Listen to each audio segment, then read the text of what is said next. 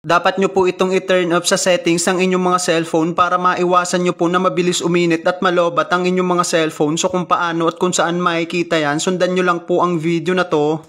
I-open lang po natin yung ating settings. Scroll up.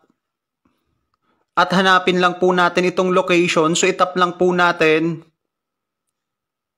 So paalala ko lamang po na hindi po tayo pare-pareho ng cellphone kaya maaaring meron o wala po neto sa cellphone nyo o kaya naman po iba ang paraan para makita nyo po ito.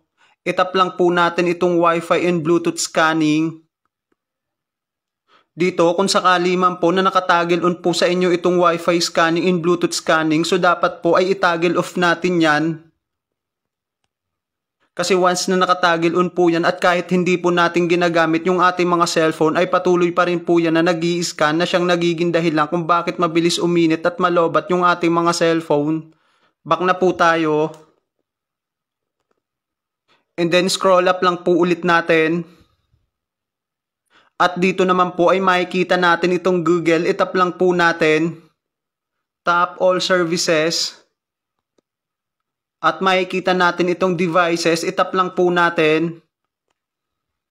At makikita po natin dito itong scan for nearby devices na nakatoggle on. So dapat po ay itoggle off natin yan.